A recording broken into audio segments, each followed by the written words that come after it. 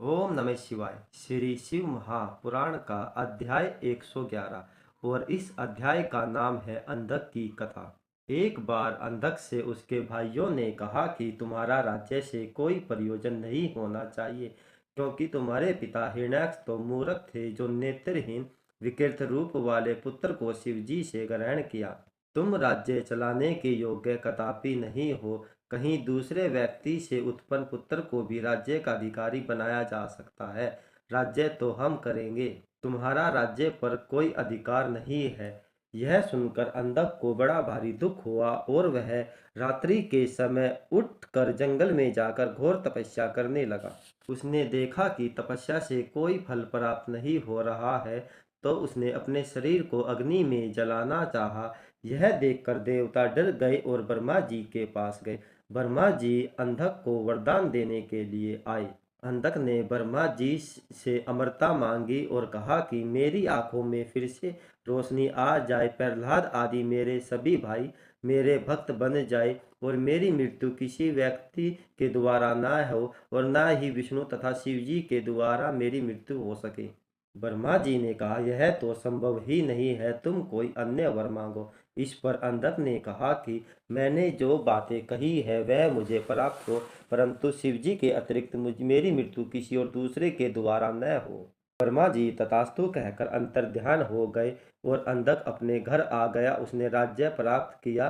प्रहलाद आदि उसके सभी भाई उसके भक्त बन गए और वह राज्य पर करोड़ों वर्षों तक शासन करता रहा। परंतु वह बाद में कुसंगति में पड़ गया और उसने वेद मार्ग पर चलना भी छोड़ दिया। उसने पुत्रों, ब्राह्मणों और गुरुओं को भी त्याग दिया। एक बार अंधक मंदराचल पर जाकर महल बनाकर वहां पर विहार करने लगा, तो उसके मंत्रियों ने कहा कि एक जटाधारी साधु के पास एक सर्व सुंदर स्त्री है और उसे तुम ले आना। परंतु उसे लाने के लिए वह स्वयं न जाकर अपने मंत्रियों को भेजा। मंत्रियों ने जटाधारी शिवजी की पास जाकर उनका हंसी मजाक उड़ाने लगे तथा उनकी पत्नी पार्वती की मांग की। इस बात को सुनकर भगवान शिवजी हंसकर बोले, मैं तो एक साधु महात्मा हूँ और सबका स्वामी हूँ और तथा पशुपथ व्रत करने वाला हूँ। यह मेरी शक्ति सर्वसमर्थ है और इससे तुम अपनी इच्छा प्रकट करो और इसे तुम ले जाकर जो चाहे वर प्राप्त कर सकते हो। यह बातें सुनकर उन्होंने सभी बातें राजा अंधक को बताई और यह सुनकर अंधक क्रोध में भर गया और वह मदिरा पान करके अपने सैनिकों को साथ लेकर भगवान शिवजी के साथ युद्ध करने के लिए चल पड़ा। शिवजी के गणों ने गुफा का मार्ग बना रखा था। शिवजी के गणों से अंधक मार खाता कामागिन से दुग्ध होकर आगे बढ़ता रहा। शिवजी के गणों ने अंधक को उसके सेना सहित मार मार कर भगा दिया और जंगल के जानवर मांस, चर्बी तथा खून पीकर आनंद कर उठाने लगे। शिवजी ने पार्वती से कहा कि देखो, संसार की यह कैसी अनोखी गति है। स्त्री के प्रसंग में पड़कर अपनों को अपनों से ही युद्ध करना पड़ता है। कहा, मैं पशुपत व्रत करने आया था, परंतु यहाँ पर तो कोई दूसरा ही व्रत करना पड़ रहा है। इससे अच्छा तो मुझे किसी और अन्य वन में चला जाना चाहिए। इतना कहकर भगवान शिव जी दूसरे वन में चले गए और पार्वती जी उसी वन में रह गई और वह मंदराचल पर्वत पर भगवान शिव जी की प्रतीक्षा करती रही और वीरक गण उनकी रक्षा करने लगा। उसी समय अंधक काम से पीड़ित होकर गुफा में प्रवेश कर गया और वह 505 दिन तक निरंतर बिना कुछ खाए पिए युद्ध करता रहा और उसने वीरक को भी घेर लिया। देवताओं की शक्तियां पार्वती जी की रक्षा करने लगी। देवताओं की शक्तियों ने रणभेरी बजाई और वीरक सचेत होकर युद्ध करने लगा। नारायणी, ब्राह्मी, गौरी, इंद्राणी सभी देवियां अपने अस्त्र शस्त्र लेकर युद्ध करने लगी और यह युद्ध 1000 वर्ष तक चला।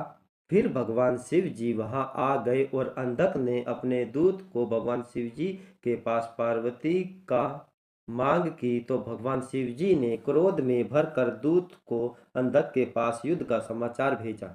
तब अंधक ने महाबली गिल राक्षस को आगे करके भगवान शिव जी के साथ युद्ध करने लगा और उसने गुफा पर वज्र से प्रहार किया और पार्वती जी पर भी वज्र से प्रहार किया। उसके सैनिकों ने गुफा को भी तोड़ दिया। अब भगवान शिव जी, विष्णु आदि सभी देवताओं को साथ लेकर अपने गणों सहित भयानक युद्ध करने लगे। इस युद्ध में विदस नाम के दैत्य ने ब्रह्मा, विष्णु, इंद्र, सूर्य, चंद्रमा आदि सभी समस्त देवताओं को खाकर अपने पेट में भर लिया।